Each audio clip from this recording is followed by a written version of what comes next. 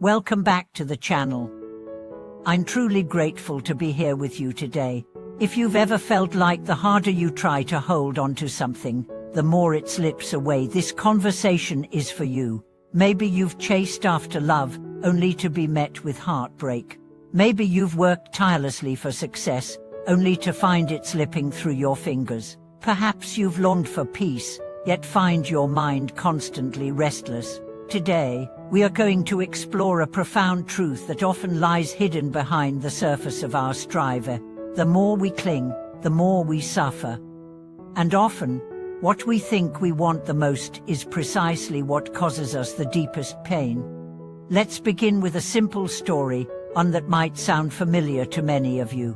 When I was a child, I tried to catch a stray cat in my neighborhood. I brought it food, called it softly, reached out my hand gently, but every time I got close, the cat ran away. It was only later, when I stopped trying, that the cat began to approach me on its own terms. It's a story that reflects not only the behavior of animals, but the nature of desire itself. You see, desire unexamined, unchecked and unbalanced creates a paradox. The more intensely we want something, the more pressure we apply, and the more elusive it becomes. It's like trying to hold water with a clenched fist. The tighter you grip, the more it slips out. And this principle applies not just to objects or relationships, but to happiness itself. Let's look at this through the lens of ancient wisdom. In Buddhist teachings, there's a concept known as tanha, or craving. It's the thirst that arises when we believe we are incomplete. It's the hunger that drives us to chase, grasp, and cling. But here's the problem: that very act of chasing reinforces the belief that we are lacking. And so, even when we get what we want, the satisfaction is temporary. The craving returns. The cycle continues. Take the example of someone who desperately wants love. They mold themselves into what they think others want. They give endlessly, hoping for approval. But the fear of loss haunts them. They become possessive, anxious, and insecure. And eventually, the very person they love feels suffocated and leaves. The pursuit of love, without inner stability, becomes the source of heartbreak. Or consider someone who chases success.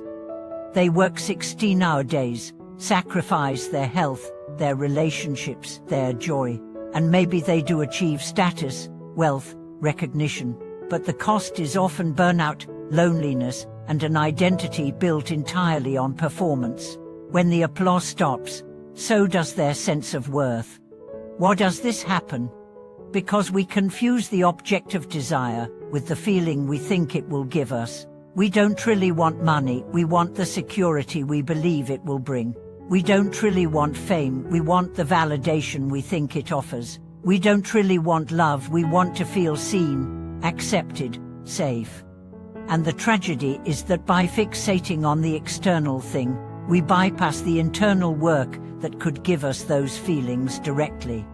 This is why the things we want the most often feel out of reach, because we are looking for them in the wrong place. There's an old teaching that says, freedom is not found in satisfying desire, but in understanding it. When we begin to observe our cravings, not judge them, but really see them, we uncover something powerful. Most desires are rooted in fear. Fear of being alone, fear of being irrelevant, fear of being unworthy. And when fear drives desire, it becomes bottomless. No achievement, no relationship, no possession can ever be enough. So what's the alternative? Should we abandon all desire? Should we stop caring? Not at all. Desire is not the enemy. It's the clinging to desire, the identification with it, that causes suffering. Healthy desire rises from a place of fullness. It's the desire to express, to serve, to create, to connect, not to fill a void, but to share what's already whole. It's like a tree offering its fruit, not because it needs to be validated, but because that's its nature. Let me give you an example. A woman I know wanted to start a charity for children. At first, She was obsessed with making it successful, securing donors, getting media coverage, winning awards. But every setback crushed her. Eventually, she burned out and stepped away. Months later, after reconnecting with her original intention, she returned not to seek fame, but simply to serve. This time, things flowed. Support came naturally. People were drawn to her authenticity. The less she clung, the more things came together. This is the paradox. When you stop chasing what you want, you often find it waiting for you. Let's take a moment now to reflect inward. What are you gripping tightly right now? Is it a dream, a person, an identity, a belief about how life should be? What would happen if you loosened your grip, not abandoned it, but held it with open hands? Could you make room for something greater to unfold? This is where the practice of letting go becomes not just relevant, but essential. Letting go is not giving up, it's giving space. Space for grace, space for clarity, space for life to move in its mysterious, often miraculous way. Letting go doesn't mean we stop taking action. It means we act without attachment to the outcome. We do our part, and we trust the rest. This is the dance between intention and surrender, and it is one of the most liberating ways to live.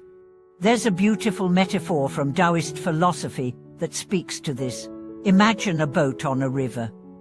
If you fight the current, you'll exhaust yourself. If you surrender completely, you may be tossed around.